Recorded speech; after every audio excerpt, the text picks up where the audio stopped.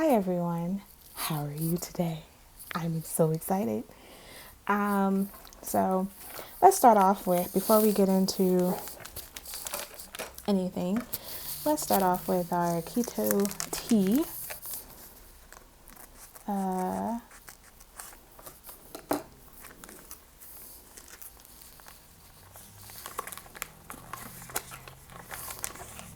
it's been a wild week, I swear, last week. I don't know about you, but I am trying to figure out how I can get away with wearing pink and green or an AKA pin and or an AKA pin every single day without being obnoxious. And then I thought about, am I supposed to care about my level of obnoxious? I'm not sure. And then I had a friend of mine who sent me a nice little email, a text. She loves me, so I'm not even going to shade her, about how I need to be more middle of the road in order for me to, because she feels that I would be able to get a job, and, more policy wise, more in the political side.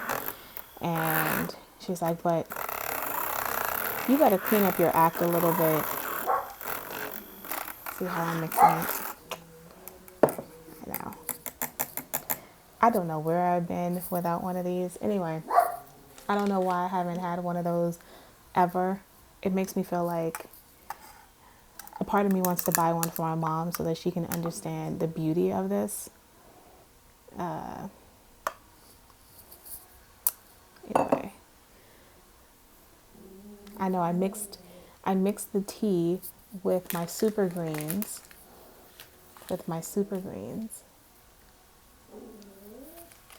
So,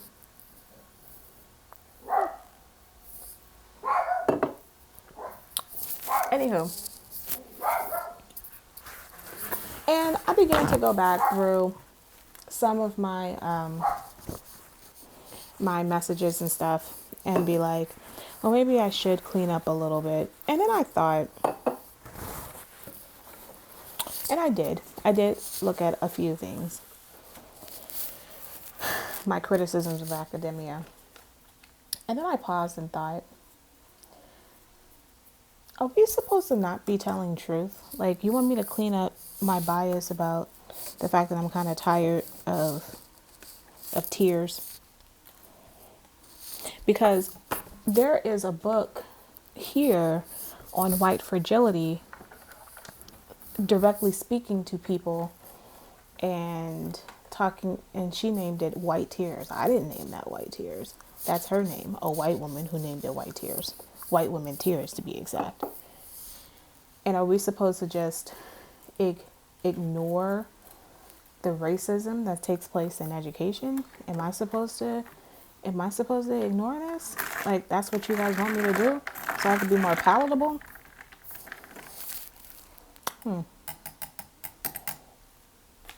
I'm still digesting that. But again, I know where she's coming from in all sincerity, but then I know this is what you're telling me. You're saying that I should be more palatable. Look, I started out being super, super optimistic and believing that we were in all of this together.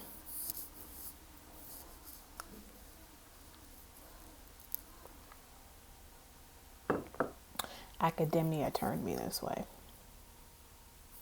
Anywho,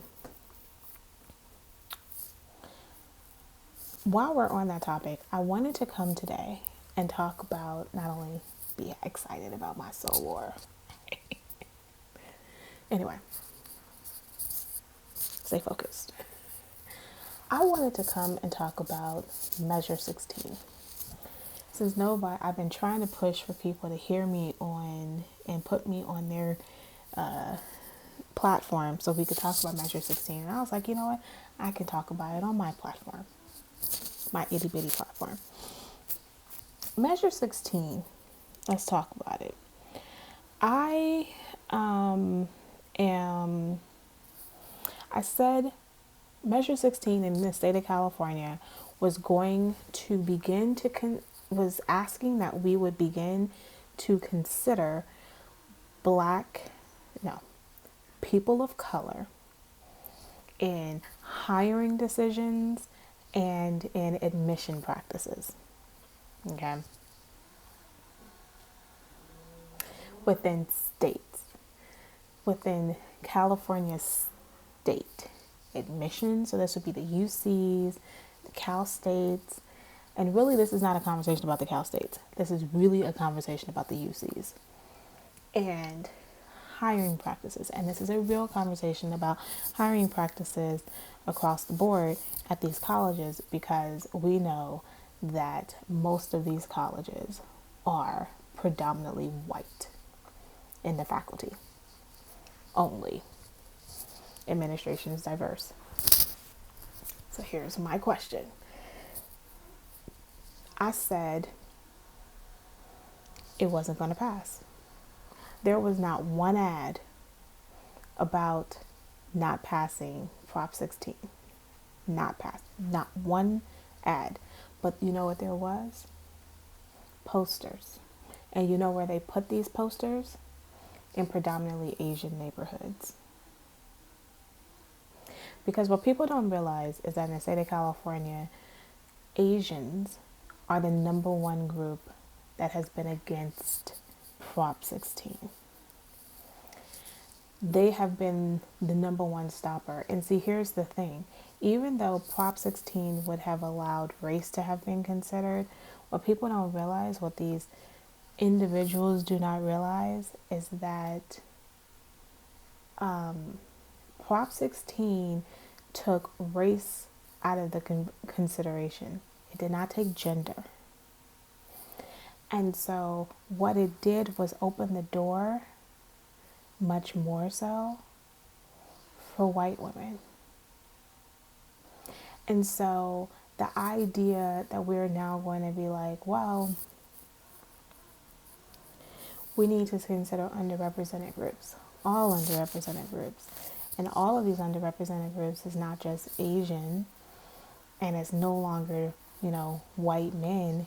It's underrepresented groups are people who are essentially, this would be hitting Black women, Native American women, Native American men, Black men, in some cases, Latino women, Latino men. It depends on the area of some of these colleges, because for colleges and universities, Latino men and Latino women tend to, some of these colleges are overrepresented.